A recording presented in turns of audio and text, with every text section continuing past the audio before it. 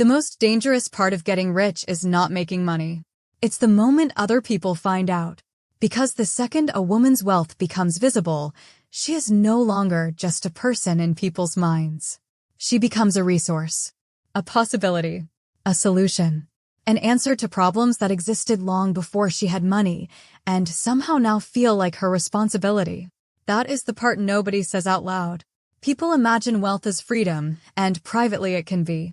But publicly, wealth becomes an assignment. The moment it enters the room changes shape around her. Conversations get softer and stranger. Compliments carry small hooks inside them. Favors arrive disguised as casual asks. Invitations become positioning. Old relationships quietly recalculate. New relationships appear with warm smiles and invisible invoices. And if she has never seen this happen before, it can feel paranoid to describe it until it happens to her. This is why women who truly understand money move in silence. Not because they are arrogant. Not because they want to play mysterious. And not because secrecy itself is power. It's because they understand something most people learn too late. Money does not simply improve your life. It changes your social geometry. The public story about wealth says that once you make it, you can finally relax. But behind the curtain, the women who keep their lives stable after a financial breakthrough usually do the opposite. They become quieter, more disciplined, more private. They stop performing success. They start protecting optionality. They realize very quickly that the problem is not that people are evil. The problem is that people are human. And humans react to visible money in painfully predictable ways. Here's how it really works. When she gets rich, she thinks she has gained assets. What she has really gained is signal. And signal spreads faster than truth. The first thing people see is not her discipline, her sleepless nights, her risk, her restraint, the years she lived below her means, the projects nobody respected when they were small, the anxiety she carried while building the thing that finally paid off. They do not see the deals that almost collapsed, the moments she almost quit, the silent pressure sitting in her chest while everyone else thought she was fine. They see the car, the watch, the apartment, the vacation, the softer face, the calmer tone, the fact that she no longer flinches at the bill. And that is all most people need. Because people rarely respond to your actual balance sheet. They respond to what your wealth appears to mean in relation to their own life. That is the hidden mechanism. If her friend is struggling, her wealth feels like relief. If her sibling has always felt unseen, her wealth feels like evidence. If a coworker is insecure, her wealth feels like an accusation. If a stranger wants status, her life feels like a ladder. If someone carries old resentment, her money gives that resentment a target. If someone is ambitious, her lifestyle becomes a benchmark they now have to emotionally negotiate. She thinks she is sharing information. What she is really doing is activating interpretations. And once those interpretations wake up, they do not go back to sleep. This is why the smartest wealthy women do not just protect the money. They protect the story around the money. Sometimes they downplay it. Sometimes they disappear. Sometimes they stay visually understated on purpose. The same coffee place. The same jacket. The same casual answer when someone asks how life is going. Busy. Good. Can't complain. That is not false modesty. That is perimeter control. Because the moment her life starts looking obviously upgraded, people begin building emotional business models around her, and most of them will not even realize they are doing it. A cousin who never calls suddenly wants to reconnect. An old friend has a brilliant idea and just wants her opinion. Someone at work becomes strangely attentive. Someone else becomes strangely cold. Family members begin speaking in assumptions instead of requests. Her generosity stops being received as generosity and starts being interpreted as capacity. That shift changes everything. At first, she will want to be fair. She will want to prove that money has not changed her. So she helps a little here, covers a little there, makes one exception, then another, then another. And because she is decent, she tells herself it is temporary. She thinks, I can absorb this. I can be generous. I can stay grounded. I can keep everyone comfortable. But here is the insider truth. Visible wealth teaches people how to approach you. Every yes is a lesson. Every over-explanation is an opening. Every guilty favor becomes precedent. And precedent is where peaceful lives go to die. Because after a certain point, nobody experiences her help as a gift. They experience it as part of the landscape. And the moment generosity becomes expected, resentment enters from both directions. They resent her when she says no. She resents them because she remembers when the relationship felt clean. This is how money ruins relationships without a single dramatic betrayal. It does not need one. All it needs is repeated distortion. The distortion begins quietly. A tone here, a joke there. People start editing themselves around her, or performing hardship around her, or assuming she no longer understands ordinary life. They become more careful, more comparative, more entitled, or more defensive. Sometimes they flatter her. Sometimes they test her. Sometimes they punish her in advance for advantages they imagine she now has. And if she comes from an ordinary background, this can feel especially disorienting because part of her still sees herself as the same woman. She still remembers being broke. She still remembers what things cost. She still remembers her old limits. But in other people's minds, memory does not compete with money. Money wins. Once they update her identity, they stop dealing with who she was and start dealing with what she represents. That is why announcing wealth is dangerous. She thinks she is revealing a fact. Other people receive a role. And roles are sticky. This is also why sudden money is harder than slow money. If her lifestyle changes gradually, the people around her adapt in layers.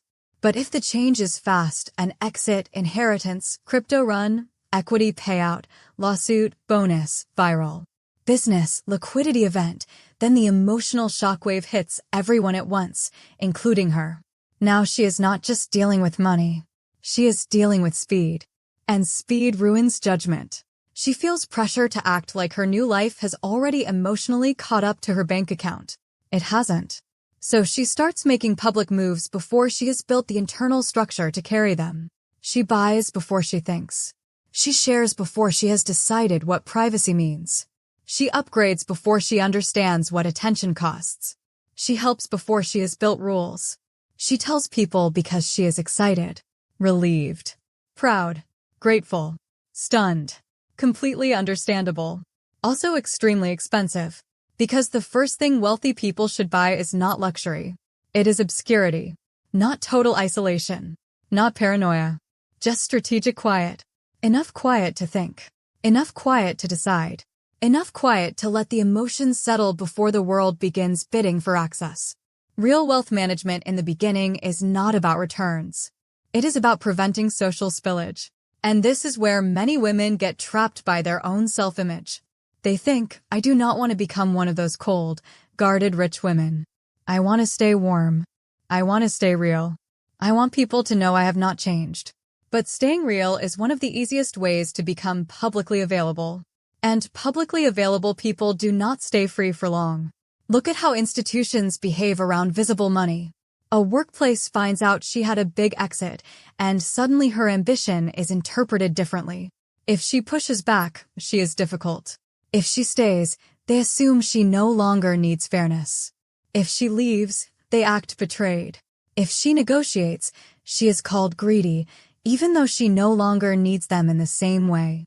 The psychology becomes strange because her independence threatens systems that were built on her dependence. That is another truth nobody says clearly enough. When a woman gets rich, the people and structures that benefited from her need do not always feel comfortable with her freedom. Friends do this. Employers do this. Families do this too. Every system has an internal logic, and her old role inside that system mattered. Maybe she was the responsible one, the helper, the achiever, the one who always said yes, the one who understood struggle, the one who stayed emotionally available because she needed belonging more than she needed boundaries. Money changes that negotiation, and systems hate renegotiation. So when she reveals wealth, she is not just sharing good news. She is destabilizing every relationship that was quietly built on the assumption that she needed something from it. Approval, opportunity, inclusion, love. And once money reduces those needs, people feel the shift even if they cannot name it. Many of them will try, consciously or unconsciously, to restore the old equilibrium. Not by saying, "I liked you better when you needed me." That would be too honest. Instead, it shows up as guilt, pressure, jokes, emotional accounting, sudden criticism, moral lectures about money, subtle digs about privilege, random emergencies that somehow now belong in her lap. This is not because everyone becomes manipulative. It is because wealth reveals what was already there. A family with healthy boundaries gets tested. A family with poor boundaries gets exposed. A friendship built on mutual respect survives. A friendship built on convenience mutates. A romance rooted in trust deepens. A romance rooted in aspiration becomes negotiation. Money is not a personality test. It is an X-ray. It shows you where the fractures were. And once she understands that, till no one stops sounding extreme, it starts sounding precise. Because silence gives her time to identify which relationships can survive truth without trying to consume it. There is a reason old money often looks boring from the outside. People mock it for being understated, but understatement is not always aesthetic.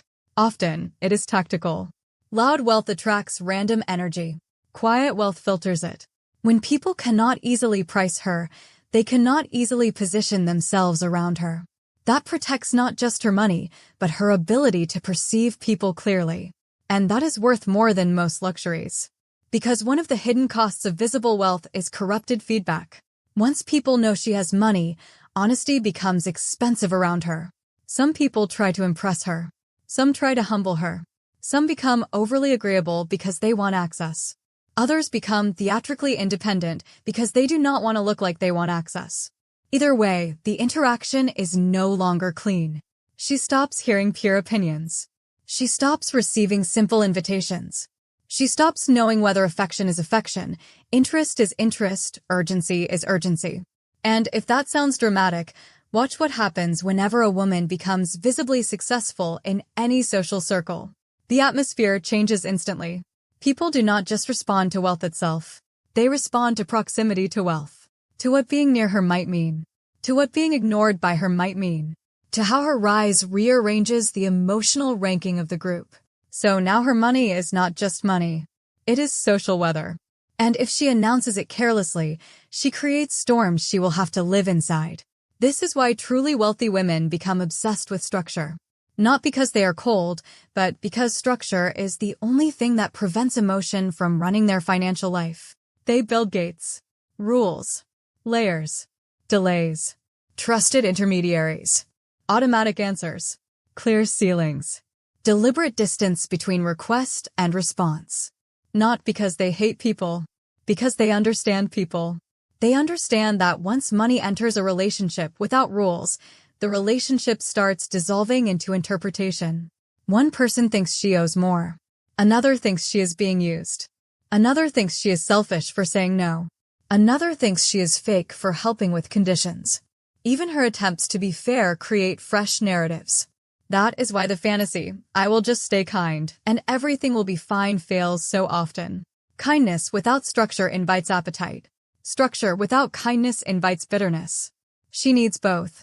But she can only build both if she gives herself silence first. Silence is where standards are born. Silence is where she decides what this money is for.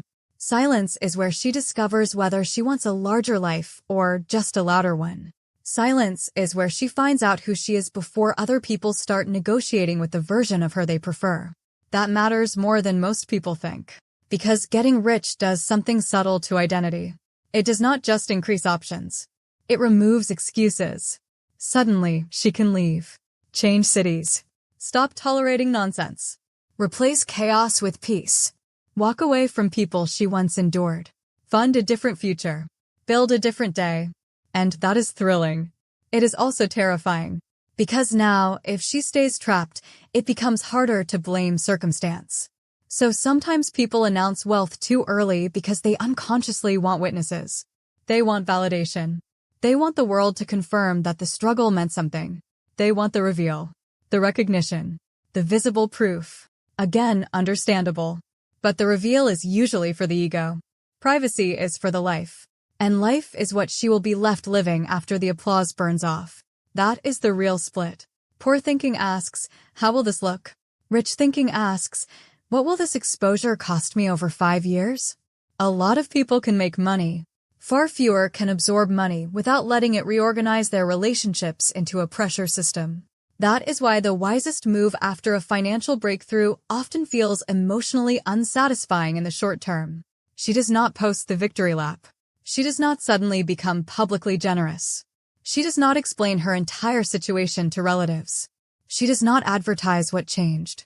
She lets her life improve in ways that are difficult to measure from the outside.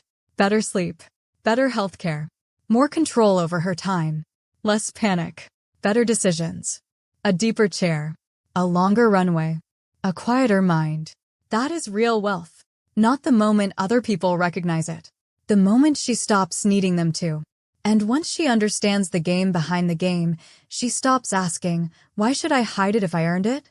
Because this is not about shame. It is about signal management. It is about keeping relationships from turning into marketplaces. It is about making sure freedom stays hers. It is about preserving the one thing money can accidentally destroy while trying to improve everything else. A life that still feels like her own. So if she gets rich, tell no one. Not forever. Not literally. Not like a slogan. Tell the lawyer. Tell the accountant. Tell the people who need to build the walls. Tell the very few whose character has already survived smaller tests. And even then, tell them carefully. But do not confuse celebration with strategy. Do not confuse visibility with arrival. And do not confuse being admired with being safe. Because money talks. But the women who keep it usually don't.